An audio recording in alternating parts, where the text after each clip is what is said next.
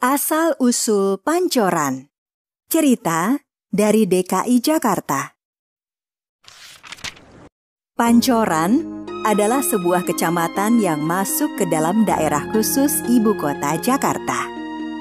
Kecamatan Pancoran terkenal dengan salah satu ikonnya yang disebut dengan nama Tugu Pancoran. Tugu Pancoran ini juga memiliki nama lain, yaitu Tugu Dirgantara. Pancoran, sebagaimana berbagai tempat lainnya di Nusantara, juga memiliki kisah asal-usulnya. Pada suatu waktu nan lampau, terdapat sebuah kerajaan di sebuah hamparan lembah nan hijau dan subur. Kerajaan tersebut dipimpin oleh seorang raja yang adil dan bijaksana.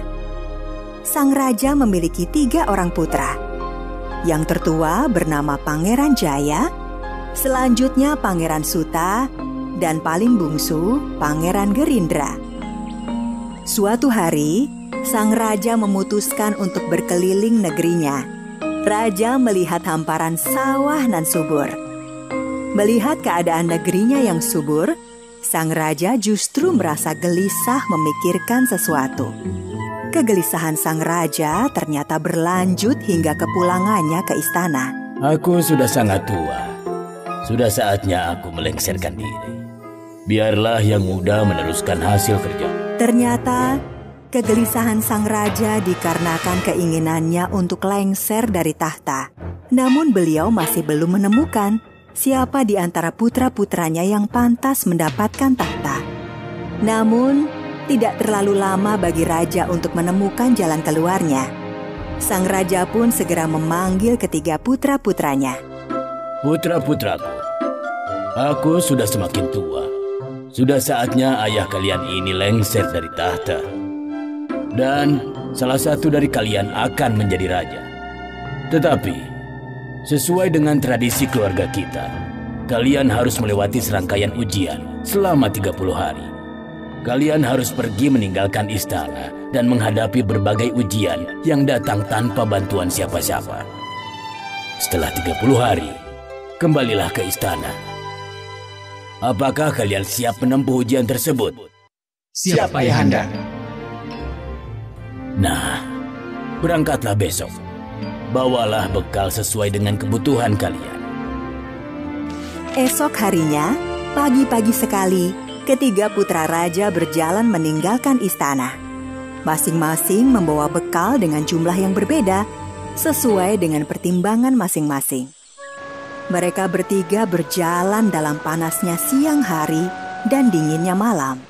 Terkadang hujan deras datang, sehingga tubuh mereka menjadi menggigil kedinginan.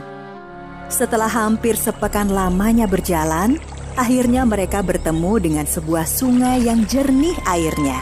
Mereka pun memutuskan mandi di sungai tersebut. Selesai mandi, mereka pun mengganti pakaian. Tetapi, Pangeran Jaya tetap memakai pakaiannya yang sudah kumal. Sedangkan kedua adiknya memakai pakaian yang baru dan bersih. Kakak, kenapa pakaian yang sudah kotor itu tetap engkau kenakan? Lagi pula, tidak pantas putra raja berpakaian kotor dan kumal seperti itu. Aku hanya membawa 2 buah pakaian, jadi aku harus berhemat. 3 putra raja itu kembali meneruskan perjalanan. Mereka masih belum mengerti ujian seperti apa yang sebenarnya mereka hadapi selama 30 hari ini. 3 putra raja itu masih terus berjalan. Namun mereka sangat heran selama berhari-hari udara menjadi sangat panas.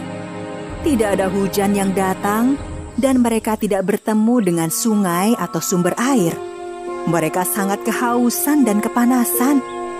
Di tengah rasa haus yang mendera, 3 putra raja itu tiba-tiba mendengar suara gemericik air. Akhirnya kita bertemu air. Ayo kita minum, tenggorokanku sudah sangat kering. Tunggu dulu, sebaiknya kita minta izin dulu kepada pemiliknya. Tetapi Pangeran Jaya terlambat. 2 adiknya yang sangat kehausan itu sudah meminum air dari pancuran. Sepertinya tidak ada yang aneh ketika 2 adik Pangeran Jaya itu meminum air dari pancuran. Namun tidak lama berselang, Pangeran Jaya terkejut melihat dua adiknya langsung terkapar. Sultan, Gerindra, ada apa dengan kalian? Bangunlah. Mereka mati karena meminum air dari pancuran itu tanpa seizinku. Kakek, apakah tidak ada cara untuk menyelamatkan kedua adikku? Sayang sekali, mereka berdua telah mati. Ayahanda pasti sangat sedih melihat dua putranya meninggal. Aku bisa menghidupkan dua adikmu, tapi dengan sebuah syarat yang sangat berat. Benarkah? Katakan, Kek, apa syaratnya? Demi adik-adikku, aku akan melakukan apa saja. Dua adikmu itu bisa hidup kembali, tapi kamulah yang akan mati.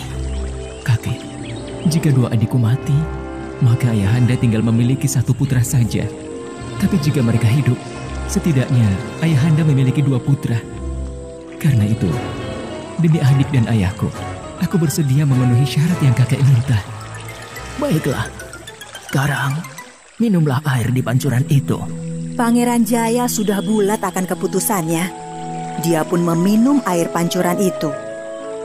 Dua adik Pangeran Jaya tiba-tiba bergerak-gerak. Mereka berdua hidup kembali. Kakek, aku sudah meminum air pancuran itu. Dua adikku pun sudah hidup kembali. Tapi, kenapa aku belum mati? Jaya, dengan demikian kamu telah lulus ujian. Betapa terkejutnya mereka bertiga ketika kakek tua itu tiba-tiba saja wajahnya berubah. Ayahanda. Ya, ujian sudah selesai. Pancuran ini adalah puncak dari ujian kalian. Kalian harus menerima bahwa Jaya yang berhasil lulus dari ujian ini. Maka, seperti yang sudah menjadi tradisi keluarga kita, maka Jaya akan menggantikan posisiku sebagai raja. Pangeran Jaya pun menggantikan ayahnya sebagai raja. Pangeran Jaya meneruskan kepemimpinan ayahnya sebagai raja yang adil dan bijaksana. Dan semenjak itulah, tempat pancuran air yang menjadi puncak dari ujian memilih raja itu pun dikenal dengan nama Pancoran.